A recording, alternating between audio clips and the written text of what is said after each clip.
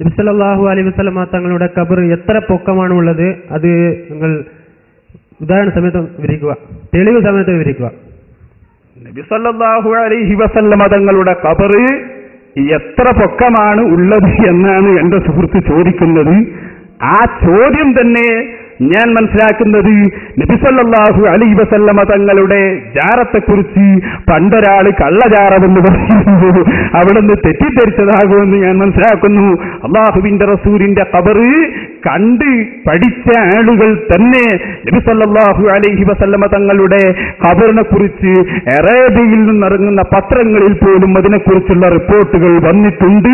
ഞങ്ങളെ സംബന്ധിച്ചിടത്തോളം ഒറ്റ വാക്കാണ് പറയാനുള്ളത്, ഖബർ കെട്ടിപ്പൊക്കാൻ പറ്റുമോ ഇല്ലേ എന്നത് ഖുർആനിന്റെയും സുന്നത്തിന്റെയും അടിസ്ഥാനത്തിൽ രേഖയുണ്ടോ എന്നതാണ് അഹ്ലുസുന്നത്തി വൽ ജമാഅയെ സംബന്ധിച്ചിടത്തോളം ഏറ്റവും പ്രധാനമായ വസ്തുത.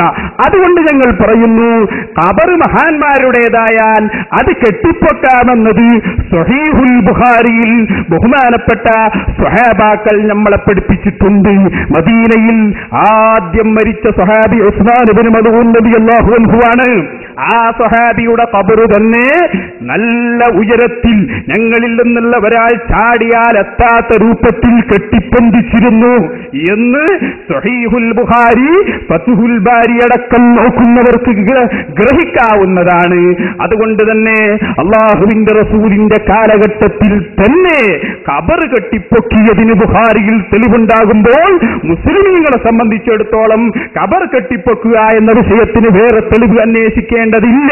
സ്വഹീഹുൽ ബുഖാരിയിൽ തന്നെ ഔലിയാക്കളുടെ സ്വഹാബാക്കളുടെ ഖബർ കെട്ടിപ്പൊക്കിയതിന് തെളിവ് കാണുന്നു. പിന്നെ അവിടെ ഒരു ചോദ്യം, അങ്ങനെയാണെങ്കിൽ ഇപ്പോൾ മക്കയിൽ ഖബർ കാണുന്നില്ലല്ലോ, അതുപോലെ മദീനയിൽ ഖബറിന്റെ മുകളിൽ ഖുബ്ബ കാണുന്നില്ലല്ലോ എന്നാണ്. അതാണ് ആ സുഹൃത്ത് ചോദിക്കുന്നത്. ഞാൻ പറയുന്നു, പൊളിച്ചാൽ പിന്നെ കാണൂല.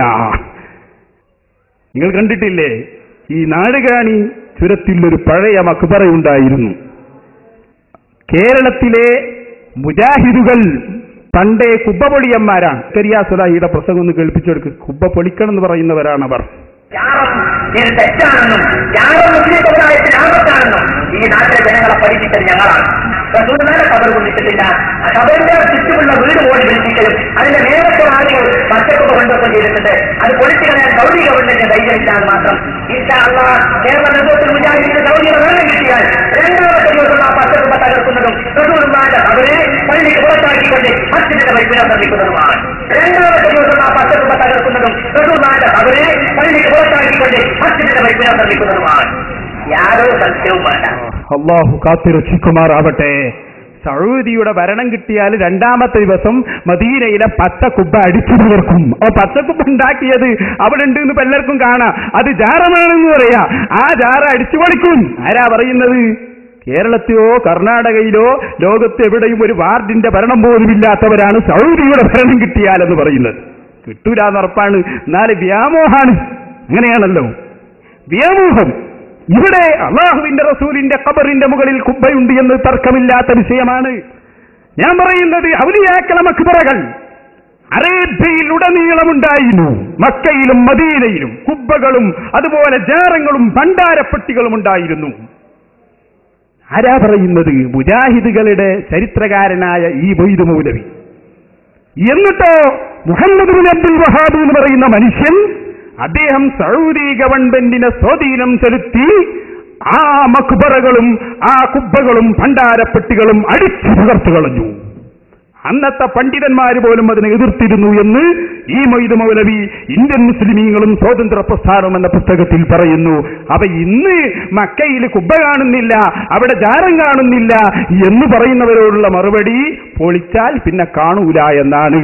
ഈ ബിൽഡിംഗ് പൊളിച്ചു കഴിഞ്ഞിട്ട് നാളെ ഒരാൾ വന്ന് പ്രസംഗിക്കാണ്, അവിടെ ബിൽഡിംഗ് ഒന്നും ഇല്ലല്ലോ എന്ന് ചോദിച്ചാൽ പൊളിച്ചാൽ പിന്നെ കാണൂല എന്നാണ് അതിന്റെ മറുപടി. അപ്പൊ അതുകൊണ്ട് ഖബർ വെട്ടിപ്പൊക്കാമെന്നതിന് തെളിവ് ഖുർആനാണ്, വിശുദ്ധ ഹദീസാണ്. അത് മതി. ഇപ്പോൾ കാണുന്നില്ല എന്നതിന്റെ ഉത്തരം മുജാഹിദുകൾ തകർത്ത് കളഞ്ഞതാണ് എന്നാണ് അതിന്റെ മറുപടി.